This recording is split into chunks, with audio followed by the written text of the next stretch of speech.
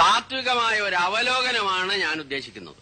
ഒന്ന്, വിഘടനവാദികളും പ്രതിക്രിയാവാദികളും പ്രഥമദൃഷ്ട്യാ അകൽച്ചയിലായിരുന്നെങ്കിലും അവർക്കിടയിലുള്ള അന്തർധാര സജീവമായിരുന്നു എന്ന് വേണം കരുതാൻ.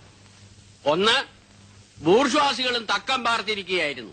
അങ്ങനെയാണ് തെരഞ്ഞെടുപ്പ് നമുക്ക് പ്രതികൂലമായി ഭവിച്ചത്. അതാണ് പ്രശ്നം. മനസ്സിലായില്ല. അതായത് വർഗാധിപത്യവും കൊളോണിയലിസ്റ്റ് ചിന്താ സരണികളും റാഡിക്കലായിട്ടുള്ള ഒരു മാറ്റമല്ല. ഇപ്പൊ മനസ്സിലായോ എന്തുകൊണ്ട് നമ്മൾ തോറ്റു എന്നുള്ളത്? ലളിതമായിട്ടൊക്കെ പറഞ്ഞാൽ എന്താ?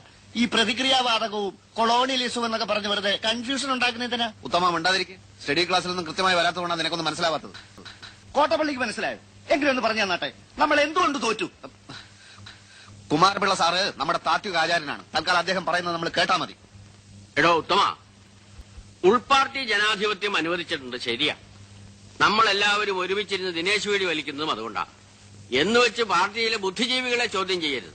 മനസ്സിലായോ? പരിപ്പുഴ എവിടെയോ? ഇന്ന് പരിപ്പുഴ ഉണ്ടാക്കില്ല സാർ. പരിപ്പുഴ ഉണ്ടാക്കിയില്ലേ? പരിപ്പുഴയും ചായയും ബീഡിയുമാണ് ഞങ്ങളുടെ പാർട്ടിയുടെ പ്രധാന ഭക്ഷണം. തനിക്ക് അറിഞ്ഞൂടെ? എടുക്ക പോയി പരിപ്പുഴ ഉണ്ടാക്കി കൊണ്ടുവരാ.